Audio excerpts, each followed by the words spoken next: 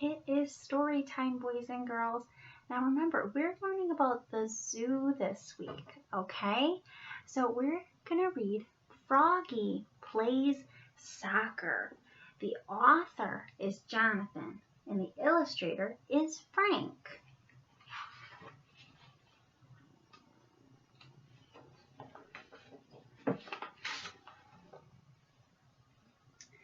Froggy couldn't sleep.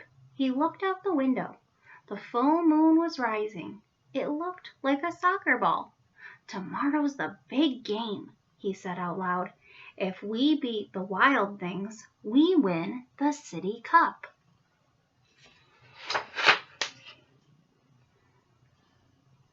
In the morning, Froggy was bursting to go.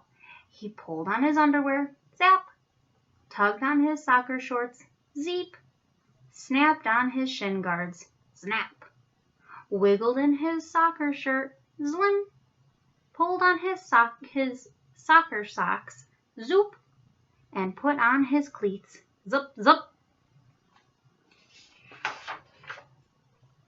"Froggy!" called his father. Froggy's father was the assistant coach. "What?" "Let's go. We'll be late for the game." Froggy flopped outside. Flop, flop, flop.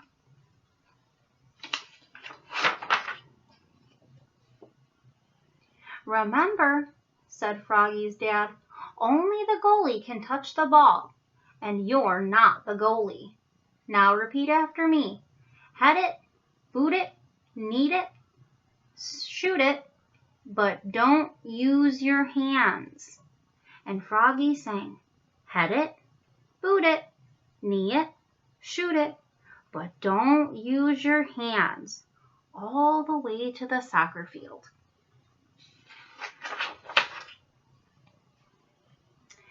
At the soccer field, the coach, Max's mother, said, "We're a team. We're the dream team." "Hooray!" screamed the dream team. Soon the game was on. Froggy was doing cartwheels. Froggy was picking daisies. Froggy was picking his nose. The ball bounced off his chest. He gave a mighty kick and missed the ball.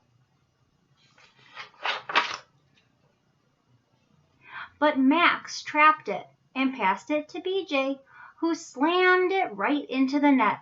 Goal! It was 1-0, Dream Team.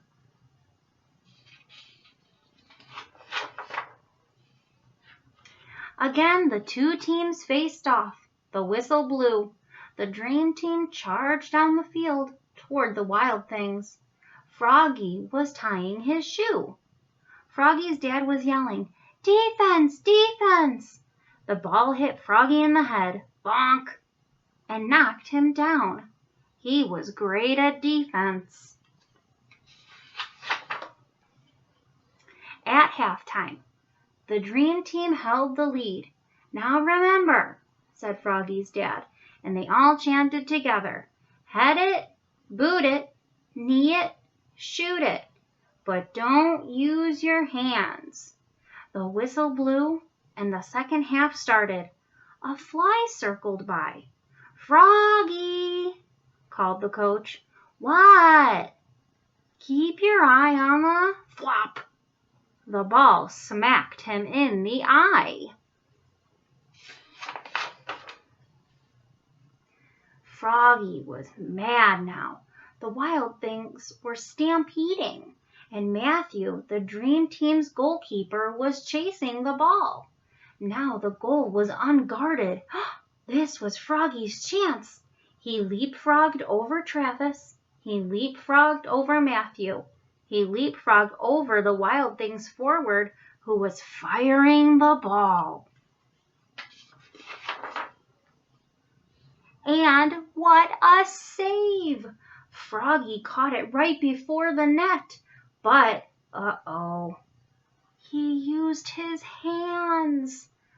"Oops!" cried Froggy, looking more red in the face than green. He looked so silly, the dream team laughed. But not for long.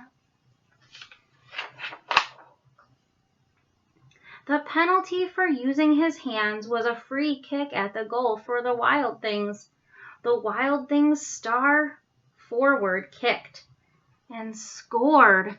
Now the game was tied. But it wasn't over yet. And when there was 1 minute left, the crowd went crazy. The clock was ticking.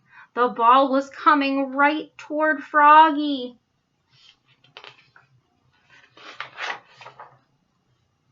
"Froggy!" yelled his dad. "What?"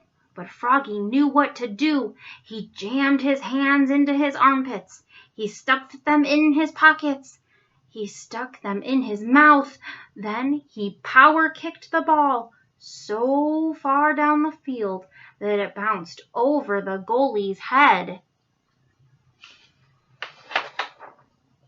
Smack! Into the goal. Yes! The Dream Team had won the City Cup.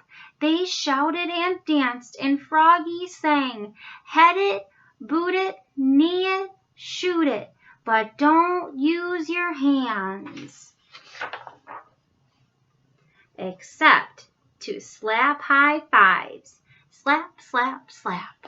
That was a cute story. Bye, boys and girls.